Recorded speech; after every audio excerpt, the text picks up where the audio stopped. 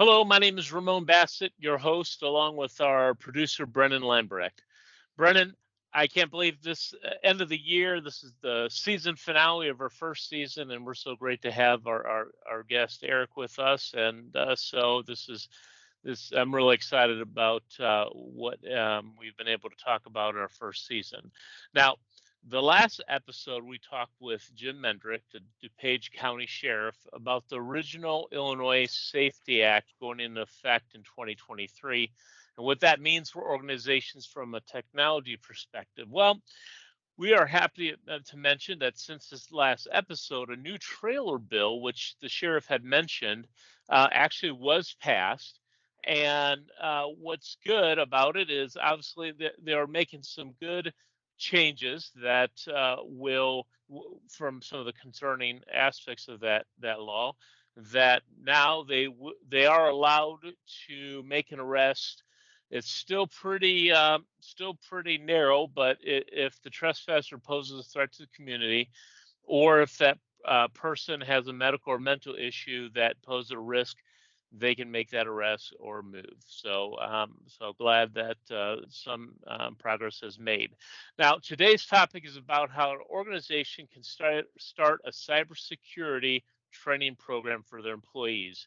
As you know, from a lot of times I mentioned this in our videos, weekly videos, on how important it is to have that human firewall that will help greatly reduce that attack or the success of that attack, because there's always that one that has a trigger finger. So, but that's what we're talking about today.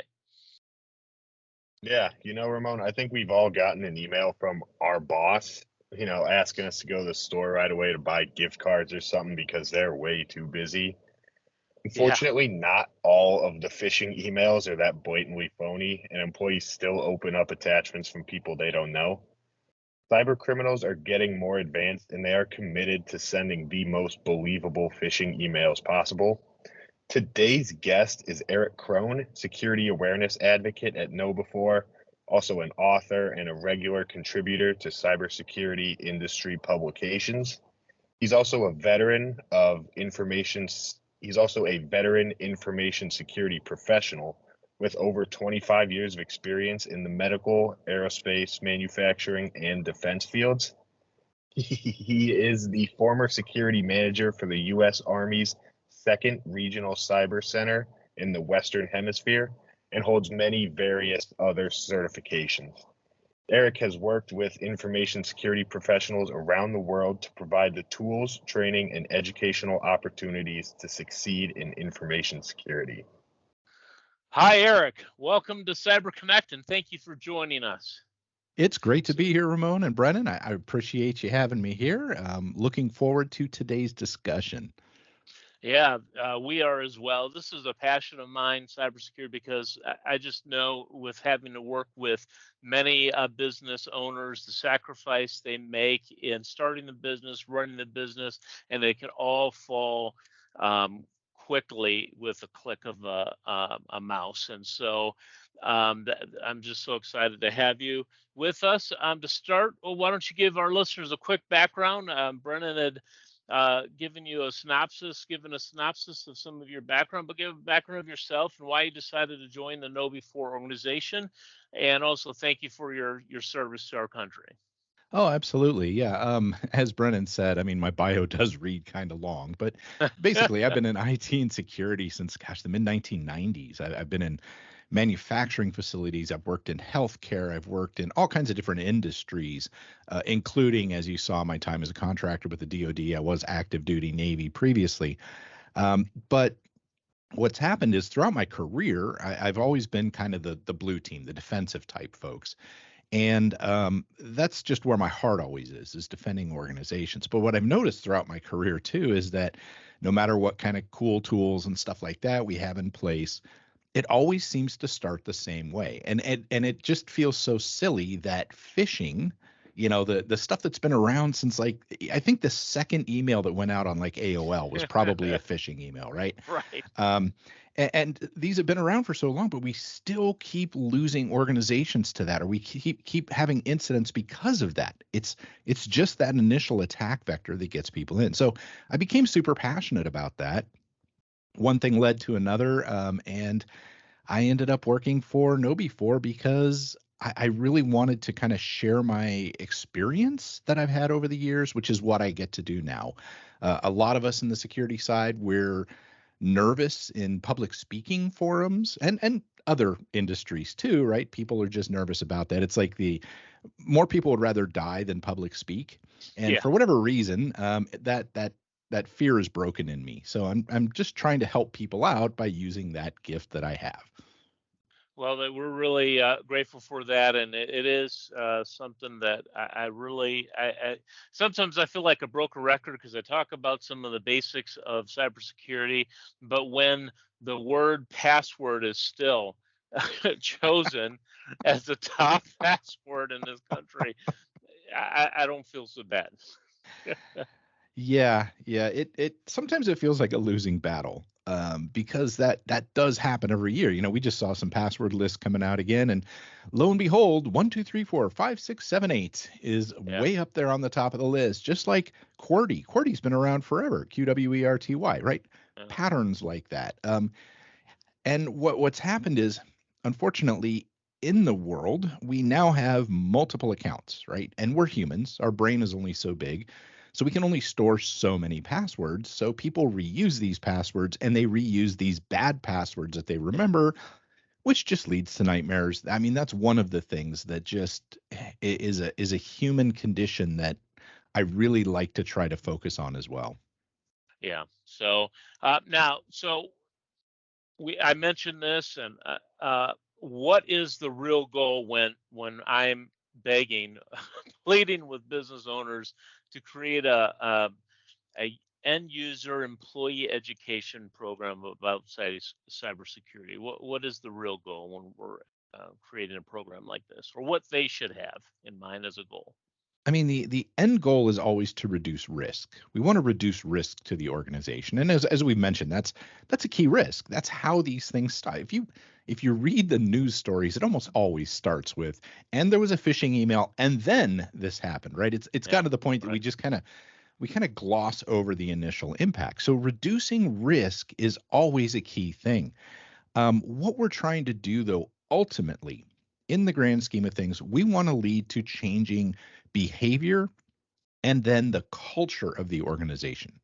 So there's a mistaken belief sometimes that making someone aware of something will change their behavior, and I'm here to tell you it doesn't. It just doesn't, right? So we have to go a little bit further with this rather than just throwing something up there and going, bad people are trying to scam you. Great, I'm aware of that. How does that help me?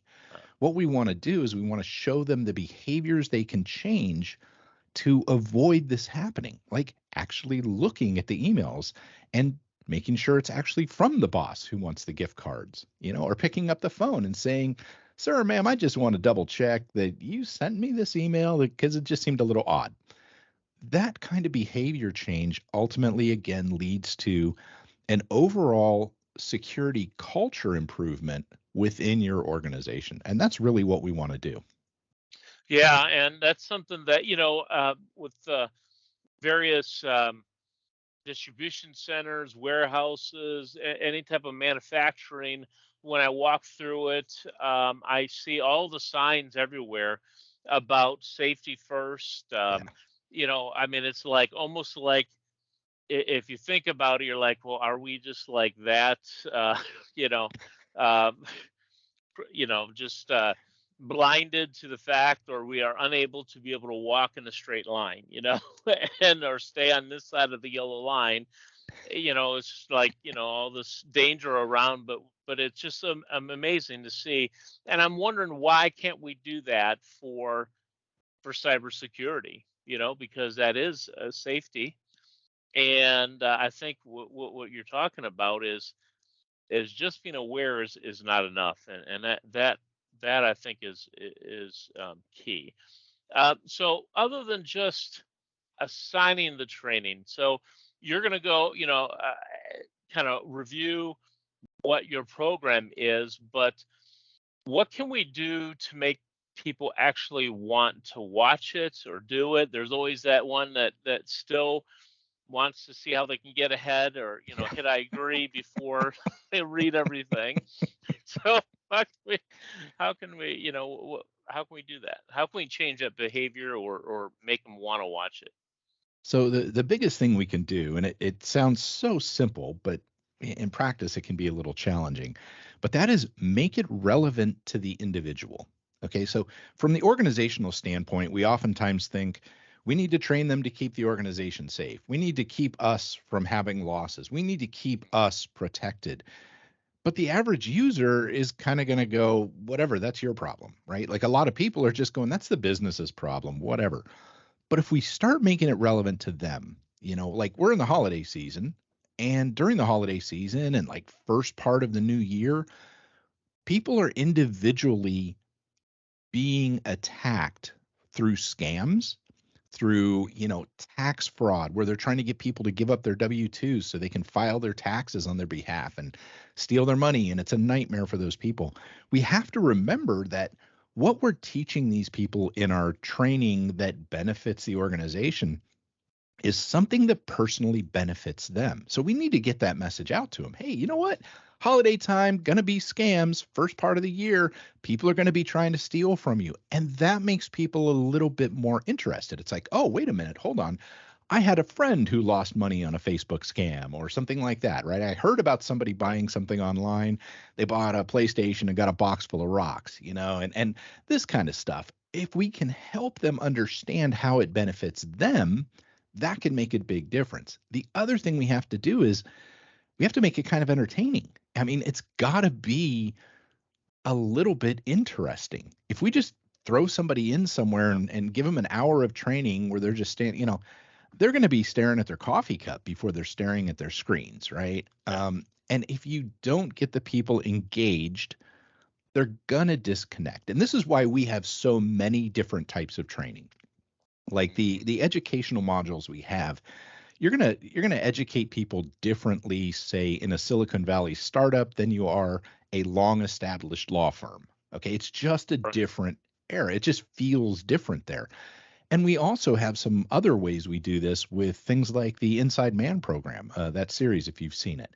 That's actually designed, I mean, it's very well done, it's well filmed. It's a story about this thing going on, and it's in a season and episode format. It's really entertaining. It's more entertainment than it is training. But at the end they go, and maybe you shouldn't hand your badge to just anybody that asks for it, or you learn lessons through that. But it's also something that is entertaining and makes people get into the story. So that's the most important thing, is find what gets your people interested and makes it relevant to them. And then you're going to see huge differences. Yeah, and it is true. The majority of business owners really do care for their employees. I mean, there's always that undertone of, well, it's all about money and it's all about their business and everything. But really, when you have the privilege of talking with great business owners, they really do care. They really know that what they do really has ramifications throughout the community, throughout families and such. So yeah, that's you know if they can realize that it's okay for them to express, like, you utilize the holidays as a good anchoring point, like you're saying, just, hey, we're thinking about you, and I think that's good. Now, when you mentioned about the training would look, or the message would look a little bit different for a Silicon Valley startup and long a standing firm. So that means that, or should the training be standardized? So do you have the ability to customize it or specialize it for that certain person or department, maybe even down to the micro, where even the department within an organization can be standardized? Should it be all standardized, or should it be made unique to them? Well, what I like to see out there is a basic training with the same thing. In other words, everybody gets the same basic message at some point in time. But then, yeah, I think every group, and I like your thoughts on the department, is where I tend to focus on, right? Departments need different training. If you have executives that travel a lot, probably a decent idea to give them a little bit of education on how to be safe when you're out and about with your devices and connecting to different things. Is that going to matter as much for the receptionist that never leaves, never travels for the business? You don't want to waste your travel time with them. So make it something that matters to that group. Finance is always targeted so much with invoice scams and things like that, right? Let's make sure that those folks are prepared to defend themselves against those. Again, invoice scams going to somebody who's a frontline worker may not be the best resources or utilization of the resources and the training time that you have. So I think that everybody needs the same basics. So we're all starting on the same page. But then, yeah, I think there's definitely a good argument, especially in larger organizations where those departments are a little bit less overlapped, that to actually do it at that level. I mean, if you have a 5-person shop and everybody wears, 17 different hats, it's probably not worth the effort to try to split that up individually. But when you start getting into anything that's a little bit more siloed than that, or separated than that, it does make sense to split it up a little bit and focus on that.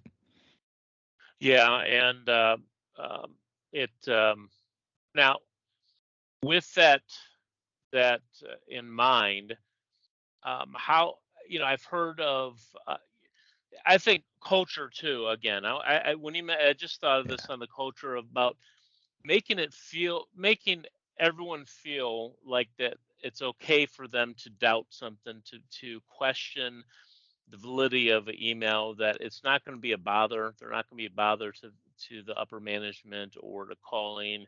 I even said in one of my videos, you should be able to have it to where someone can call directly to the CEO if there's an email from that, to be able to say, yeah, I just want to ask about this. It should be, fine.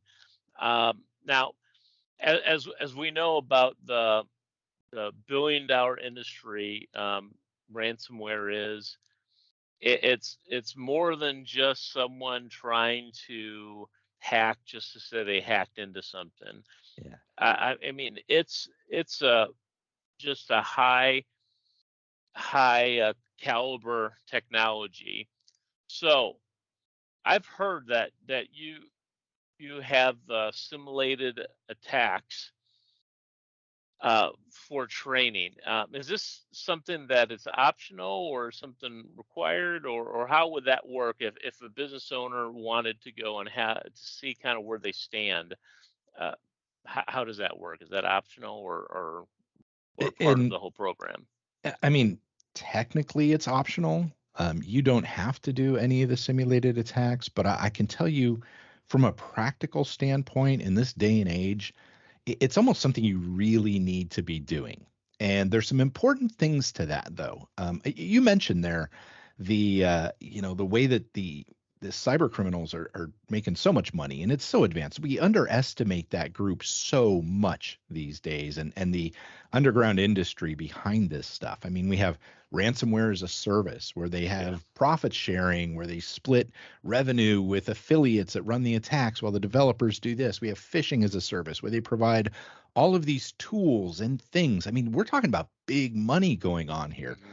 And so if we're not defending with as much fervor as they are attacking, we're going to run into problems. Now, the problem that I've seen with the simulated attacks is when people message them wrong. That's the biggest problem I see with this. And that is, it's important to make sure people understand when you do a simulated phishing or simulated attack type program, that people are aware that you're doing it, and that your message is positive. So when you roll these out, the idea behind a simulated attack structure is not to honestly make people fail. That's not really your goal.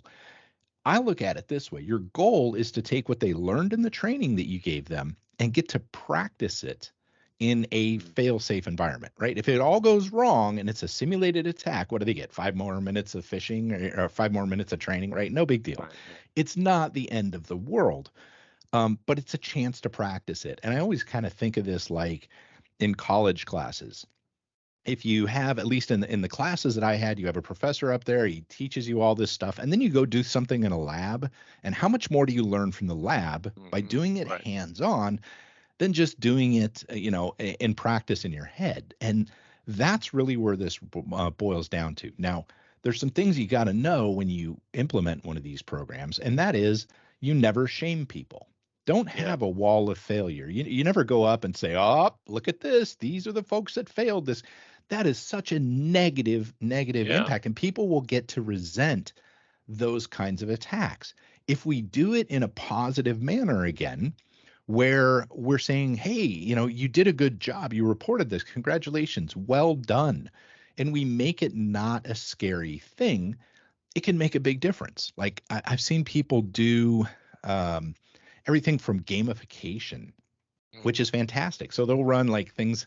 October is great for this because it's National Cybersecurity Awareness Month, but they'll run like a phishing derby, and they run these little these email attack programs where they're separate from the normal ones. It's its own little thing, but people get points every time they report a phishing email, or maybe they get put into another entry into like a raffle for a prize at the end. So people actually get to where they enjoy getting them because they're like, boom, I'm in the raffle one more time, right? I'm going to get those AirPods or whatever it is. You can actually make these a very positive thing. Unfortunately, there are some organizations out there that have tried to implement these things in a very negative, fashion with a stick over a carrot approach, or even that they use simulated emails that are just not right. We've heard the stories about organizations that had mass layoffs and then send out something about bonuses to people, and they're clicking on it and they're like, I mean, it's just not a good feel. You have to think when you do this, but it can be such an amazing game changer in click rates and getting people to see these phishing emails and these attacks. I mean, we're talking about also vishing and smishing, the text message and phone ones too can be done. But doing that and getting them to be able to spot those confidently and report them is huge. And simulating the attacks is a key part of that. And I think that about making it fun, it's good um, that someone else says, someone that is, in your company, that's all that you guys do specialize in, that you can help assist that business owner that does want to make it fun. I've mentioned, like, like, why don't we, throw a pizza party for the staff if you have X amount of days without a phishing click. It's just like, where they have the counter, like we're X 100 days without a reportable accident, that type of a thing. And that's great that you can make it to where a phishing derby. That's pretty cool. I like it. Yeah, I've heard some really cool ideas with this. And every year we have our own, like a user con. It's called KnowBe4 Con that we hold here in Florida. And one of the things we do is we give out what we call the Sharky Awards. Yeah. And a lot of those are for like the most creative types of phishing programs that people are doing. And I mean, they just come up with such unique ways to do this. And it becomes fun to where the organization is looking forward to October because they get to participate in this. And I tell you, such a better feeling than people that are like, oh, God, I'm going to get in trouble because I clicked on that simulated link. That's just such a different feeling. Yeah. So now, other than just the online or in-person training, are there things you can do to complement it? Yeah, absolutely. I mean, there's just like you mentioned before in those safety posters, it's been X number of days since anyone bought gift cards. You know what I mean? You can put up posters. You can. Yeah, right. We actually, part of what we provide is pre-done artwork that goes along with this kind of stuff. So you can take it down, have it printed, and put it up in the bathrooms, in the hallways, and whatever. And to give you an idea, there was one that we have at KnowBe4 that it's funny how these things stick in your head, and you may see it, but you don't necessarily realize you're taking it in. But the one that sticks out to me, it's this poster and it says loose tweets sink fleets. And it's based on that, loose lips sink ships. But Yeah. it's stuck in my head. And it's kind of funny because I think about that silly little poster that somebody, is going, nobody will ever care that we put these up. But man, it lives rent free in my head now for a while. Nice. And this is just these sorts of things to complement that can be very powerful. And again, like I said, the games can be a lot of fun, gamifying. I've seen people also, I mentioned The Inside Man earlier, which is that series that we have, and it's meant to be released like monthly, and then people go see it. I've seen organizations taken at the end of the year, they do like a big watch party, complete with popcorn and stuff, and they all get together to watch the season finale, right? You can really make these things fun. Yeah. And the beauty is, how much does it cost to do that? To get people in a room and buy some popcorn for some people, maybe a couple of pizzas. If you can get people that engaged in it, what's that worth to you? What's the value in that? So just those little things like that. And like I said, the posters and stuff with the artwork that we have, that kind of stuff can just be fun. And it is memorable. It continues to reinforce the messaging. And also, I was thinking if you do it like you could even be creative on which budget you can use to pay for everything, meaning that you can, take some out of the IT, some out of the culture committee, some out of HR, some out of security, and that way it spreads it across the organization on the financial aspect foundation, but also I think that it also helps build that culture that you're talking about, to where that we all care for each other and it's going to be fun. We're gonna have our own awards or whatever. But you don't really even need to spend a lot of money on that too. What about a parking spot, right? The employee of the month type of thing. That costs you absolutely nothing to do. You get somebody to say, hey, this is the parking spot, and you can do stuff like that without spending, much money at all. I've seen people go around and for a couple of dollars, literally, they bought a whole bunch of Swedish fish packets and they go around and they give it to people that report, just a little baggie of Swedish fish. What's that cost you? It costs you nothing ultimately. And so you don't even have to raid budgets if you don't want to, but you can take it to that level where it does resonate throughout the organization. So that's a great point. Yeah.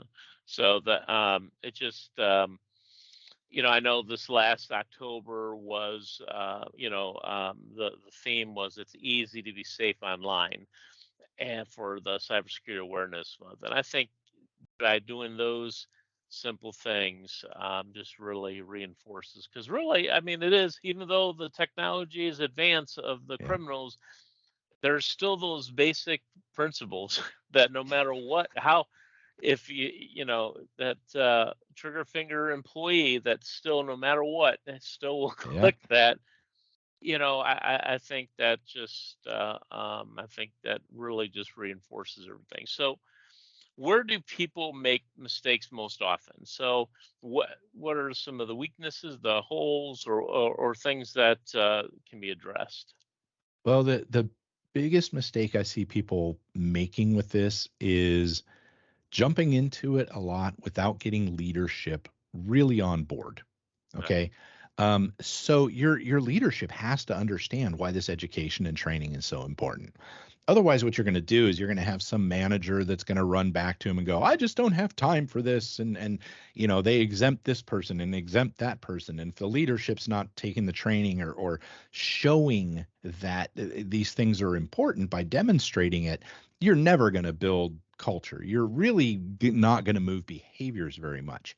So that's one of the key things is your leadership needs to understand why this is so important, the risk it places the organization in, and the reasons behind what you're doing. That way, when that manager comes up and says, I don't have time to do this training, that's 15 minutes this quarter that I could be, doing whatever. I mean, come on, it's 15 minutes. But then the boss can go, you know what? This is really important, because if somebody does click on that, if you accidentally do and you didn't realize it, what's that going to cost us compared to the 15 minutes of training that you just did, right? So that is one of the key things that I see. The other thing that I see where people fall down, and I mentioned this earlier, and that is the messaging. We need to let people know it's coming. We need to put a positive feel to it. When we tell people that we're going to start one of these simulated phishing programs, we need to be putting it out there and say, hey, we know that this is a danger for the organization, but also for yourself. People are trying to scam you all the time. We're implementing this to give you a chance to practice this, and we want to make you safer. We want to protect you and your family as well as the organization. And putting out that messaging again it's not just us, it's you, and we want to help you way makes it a whole lot easier for people to palate. And I think that's the other thing is between the leadership not being totally on board with it and poor messaging. I mean, if you think about it, if you've ever attended like a security awareness training in-house and the email kind of goes out and it says, well, it's that time again, folks. We're going to spend an hour in the meeting room, got some donut, got some coffees. At least we got that. How positive do you expect the outcome of that to be? It's just not going to be. So those two things can really, that's where I see people trip themselves up so much. Well, this has been very valuable, and it's exciting that there's a solution out there that you can leverage that makes it positive, makes the messaging, helps empower, the leadership, and then be able to help. It does the hard work of the messaging and the various things. So. It just has been incredible. Erich, thank you very much for being our guest on this episode of Cyber Connect and for sharing how businesses can start to implement that employee cybersecurity training program. Well, thanks for having me. I always appreciate the opportunity to help people kind of understand why we do these sorts of things. And one thing you mentioned, it being a solution, and I'll say this, we never use that term at KnowBe4. It's a way to manage the ongoing problem of social engineering because there's no solution to this. Honestly, this will reduce your risk in a great way. But no security controls 100%. So we always tell people that it's important to understand that. But wow, what a difference it can make. Yeah, that's a great point, definitely. So I just hope that people listen and really take advantage of this. Please check out the website for Current Technologies, our signature sponsor for the Cyber Connect podcast at www.getcurrent.net. If you are concerned that one of your employees might click that wrong link or frustrated that you're not getting much buy-in about cyber education from your employees, please reach out to me. We can schedule time for a demo of the KnowBe4 software, the program.